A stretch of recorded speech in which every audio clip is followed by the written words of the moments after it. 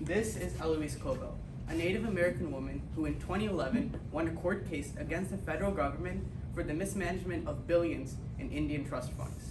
The government was taking oil from these people's land and selling it without giving them any sort of compensation.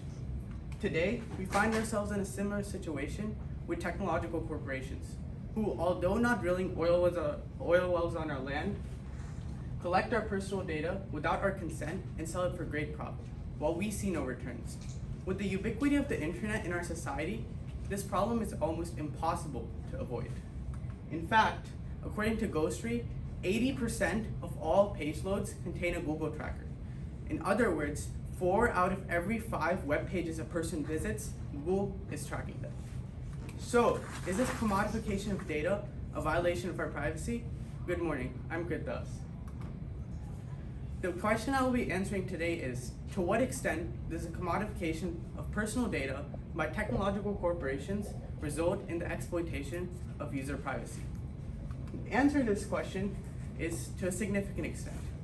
This is through, first, the culture of mistrust and helplessness that these corporations helped foster, causing user inaction, the inherently exploitative models that they are built on, and their abuse of user ignorance.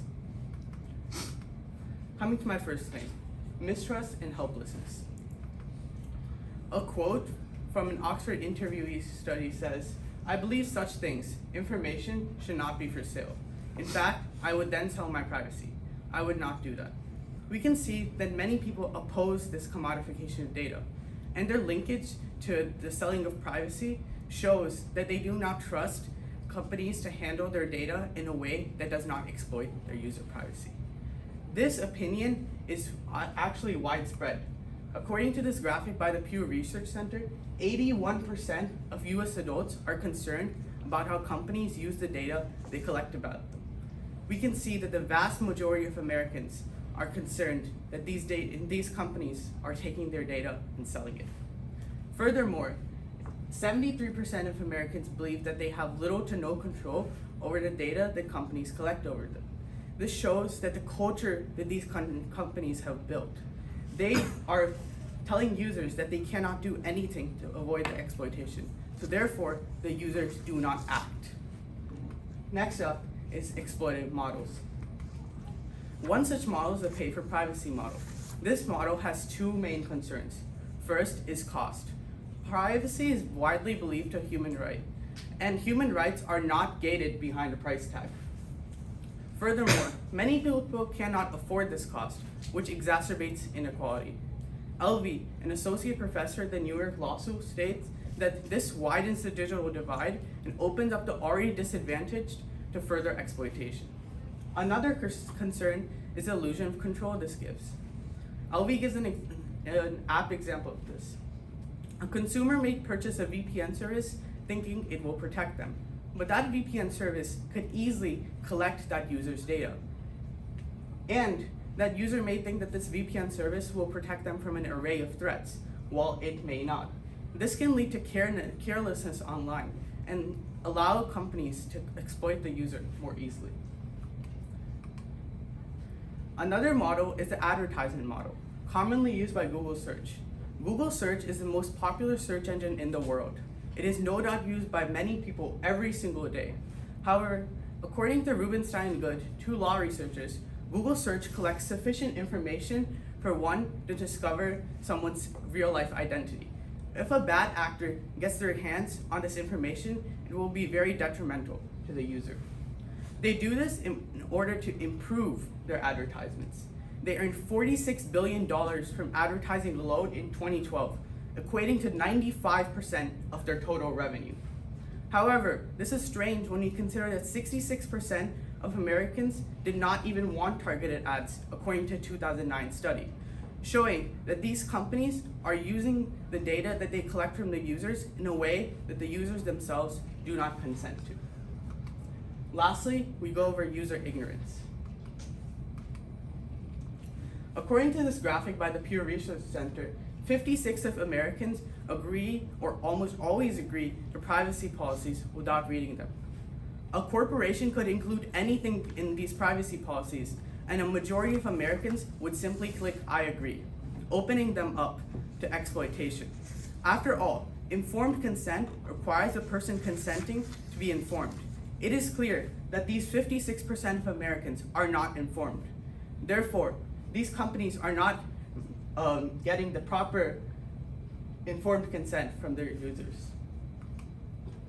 Many users also believe they have nothing to hide, so they're indifferent when companies collect their data. However, they ignore the risk of identity theft and physical danger, which are very significant. This also opens them up to exploitation. These are the users who click I accept privacy policies without reading them. Therefore, they are the ones who are the victims of this exploitation. After all this discourse, we must discuss how do we solve this? I propose a solution of intelligent disobedience, defined as the refusal to follow orders that will result in harm. Thomas and Chalif, speaking from a military perspective in the College Board provided stimulus, state that those who are just following orders are just as culpable as those who are giving the orders. Therefore, it is the burden of the users to avoid this exploitation. For this, my solution contains two parts. The first is education.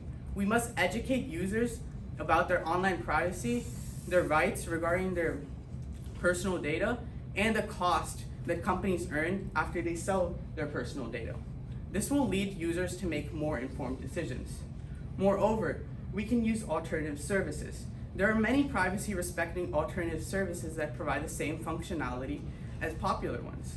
Scott, an entrepreneur working in deep technology, remarks that many think that Google search is an indispensable resource. But DuckDuckGo provides the same functionality as Google search, but without collecting any of the data. This intelligent disobedience will lead corporations to feel the consequences of their unethical actions and may lead to change. Despite the merits of this solution, there are some key limitations. First, education will require time and money. Therefore, it will be difficult to implement.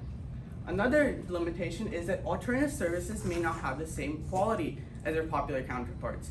This is due to the fact that they do not tailor their content to the user's personal data. Lastly, the economies of many countries consist largely of large technological corporations. So, causing financial harm through intelligent disobedience could harm these economies.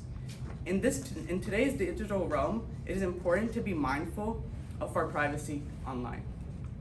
These are my works cited. Thank you.